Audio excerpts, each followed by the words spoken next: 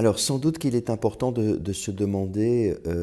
comment est-ce que nous, professionnels, nous pouvons réagir suffisamment bien face à des parents qui témoignent du fait que quand il revient de chez l'autre,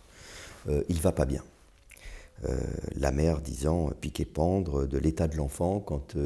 il rentre de chez son père et vice-versa, avec une symétrie troublante.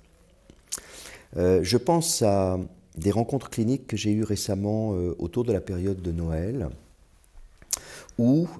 et là aussi ça a été le fruit d'une négociation complexe, que j'espère qu'en tant que casque bleu clinicien je favorisais, les parents ont pu envisager que l'arbre de Noël de maman et l'arbre de Noël de papa représentaient une interface qui était source de continuité et qui pouvait permettre de désamorcer justement ces bombes que représentent les conflits d'alliance où l'enfant se sentirait investi de la mission d'arriver chez sa mère en signifiant qu'évidemment, il n'est pas heureux chez son père et inversement. Et on s'est aperçu que pour déjouer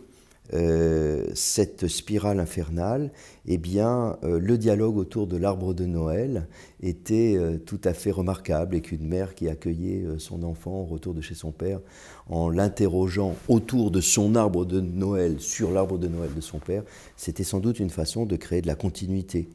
Car, au fond, ce dont a besoin d'abord et surtout l'enfant, c'est bien de cette précieuse continuité dans la différence. Parce qu'on serait bien tous d'accord pour dire que ce qu'il y a d'intéressant là-dedans, c'est que l'arbre de Noël de papa et de maman ne sont pas identiques. Il ne s'agit pas d'imaginer une analogie stricte, ce serait un cauchemar. Mais il s'agit d'imaginer un enfant qui va pouvoir, grâce à lui-même et à ses parents, envisager des formes de continuité dans la différence.